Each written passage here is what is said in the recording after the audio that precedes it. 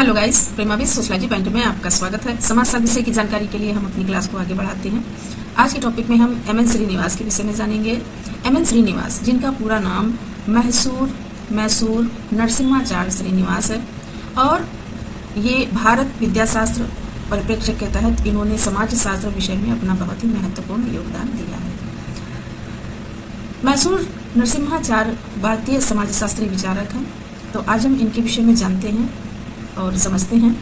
Video काफ़ी important है और एग्ज़ाम की दृष्टि से देखें तो ये टॉपिक बहुत ही ज़्यादा इम्पोर्टेंट है, और इस टॉपिक से अक्सर एग्ज़ाम में प्रश्न बनता है, क्योंकि एम.एन. श्रीनिवास के द्वारा जो उनकी दी गई अवधारणाएं हैं एग्ज़ाम में ज़रूर पूछी जाती हैं, इनकी बुक्स पूछी जाती हैं, और इनसे संबंधित इनके क्षेत्रीय कार्यों के विषय में भी पूछा जाता है। तो ये टॉपिक काफ़ी इम्पोर्टेंट है। चलिए हम आगे बढ़ते हैं और एम.एन. श्रीनिवास के विषय में जानते हैं। आगे बढ़ने से पहले चैनल को सब्सक्राइब कर दें। एम.एन. श्रीनिवास का जन्म मैसूर कर्नाटक में हुआ था। सन 1916 में इनका जन्म कर्नाटक में हुआ था, तथा इनकी जो मृत्यु है वो 1999 में हुई।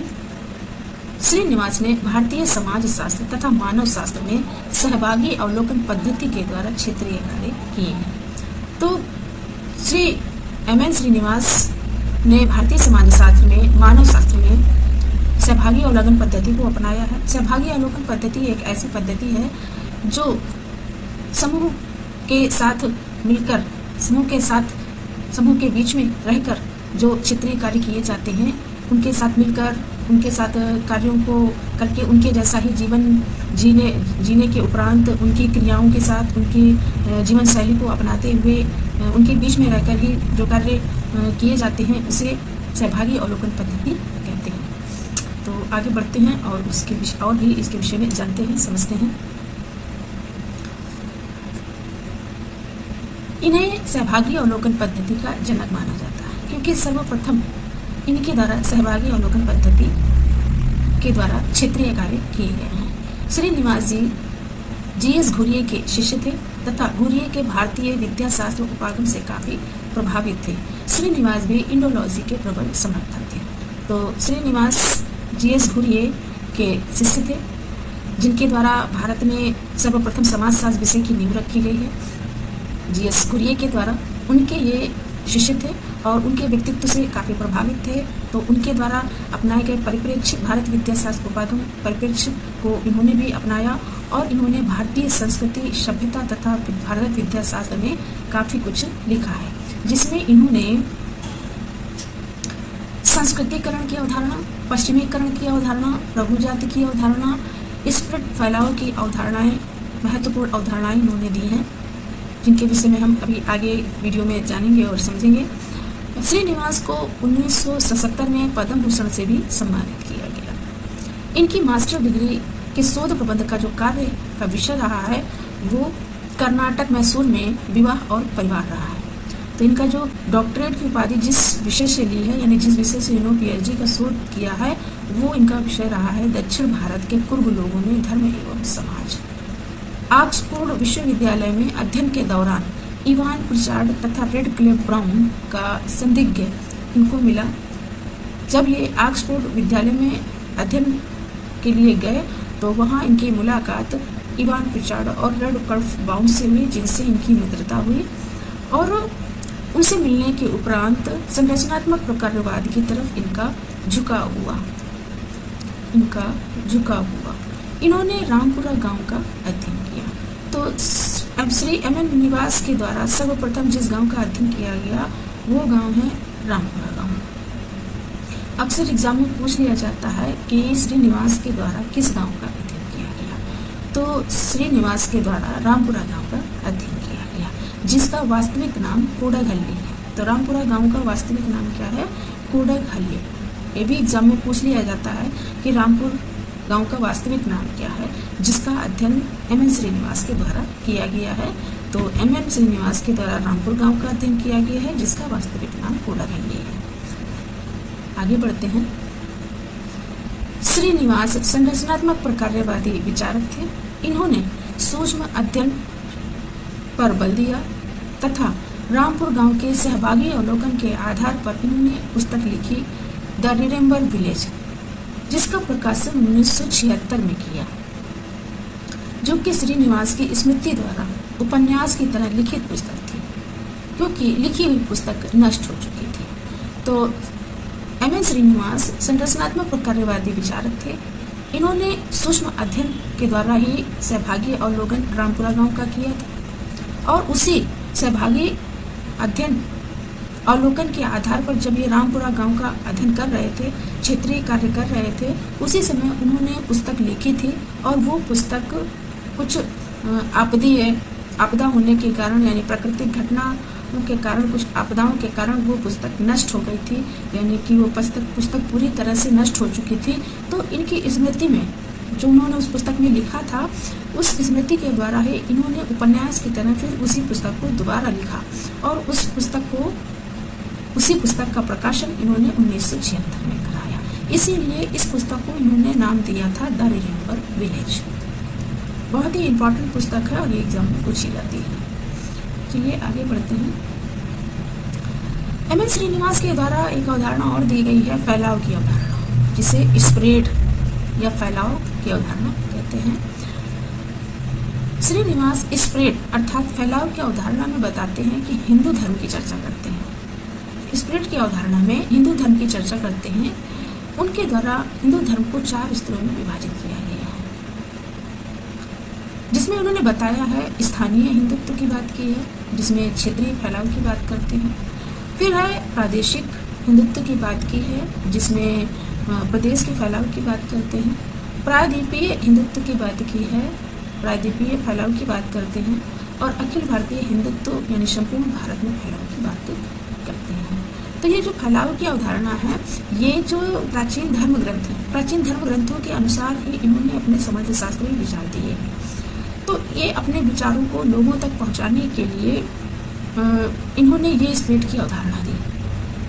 और इस स्प्रेड की अवधारणा में इन्होंने बताया कि जो फैलाव क्षेत्रीय फैलाव होता है, यानी किसी स्थानीय क्षेत्र में फैलाव होता है, उसे उन्होंने स्थानीय हिंदुत्व की बात कही है। जो प्रदेश स्तर पर फैलाव होता है, उसके लिए प्रादेशिक हिंदुत्व की बात की है, और प्रायद्वीपीय हिंदुत्व की बात की। फिर जब वो पूरे संपूर्ण भारत में फैलाव की बात हुई, तो उसे अखिल भारतीय हिंदुत्व की बात कही है। इस तरीके से इन्होंने प्राचीन धर्म ग्रंथों के अनुसार अपने समाजशास्त्रीय विचारों को फैलाने के लिए स्प्रेड की अवधारणा दी। आगे बढ़ते हैं। इसके बाद इन्होंने प्रभु जाति की अवधारणा दी है, बहुत ही इम्पोर्टेंट है। अक्सर एग्जाम में ये पूछी जाती है कि प्रभु जाति की अवधारणा किसके द्वारा दी गई है। तो प्रभु जाति की अवधारणा श्रीनिवास के द्वारा दी गई है, जिसका अर्थ है ऐसी जाति, जिसका अर्थ है ऐसी जाति जिसका प्रभाव अधिक होता है, यानी व्यक्तित्व प्रधान होता है, जिसका संख्या बल भी अधिक होता है, जिसका भूमि संसाधनों पर नियंत्रण होता है, जिसके पास राजनीतिक सत्ता संपन्नता होती है, और जिसके पास समझ में उच्च स्थिति प्राप्त होती है। इन जातियों में ब्राह्मण, क्षत्रिय, वैश्य को माना गया है, और सबसे उच्च स्थिति जो प्रस्थिति प्राप्त होती है वो ब्राह्मण को प्राप्त है। तो प्रभु जाति जो होती है वो ब्राह्मण सबसे शीर्ष स्थान पर, फिर क्षत्रिय, फिर वैश्य। इस तरीके से प्रभु जाति वो जाति होती है जो समाज में अपना प्रभुत्व बना पाती है, यानी संख्या के आधार पर भी और पूंजी के आधार पर भी, यानी भूमि संसाधनों के आधार पर भी, और राजनीतिक सत्ता संपन्न भी होता है, और समझ में भी उसकी स्थिति उच्च होती है। तो ब्राह्मण सबसे उच्च स्थान प्राप्त है प्रभु जाति में। तो प्रभु जाति का मतलब यही होता है जो प्रत्येक प्रकार से संपन्न जाति होती है, उसे ही प्रभु जाति कहते हैं। इन जातियों में अगर हम बात करें तो दक्षिण में प्रभु जाति यहाँ पाई जाती हैं।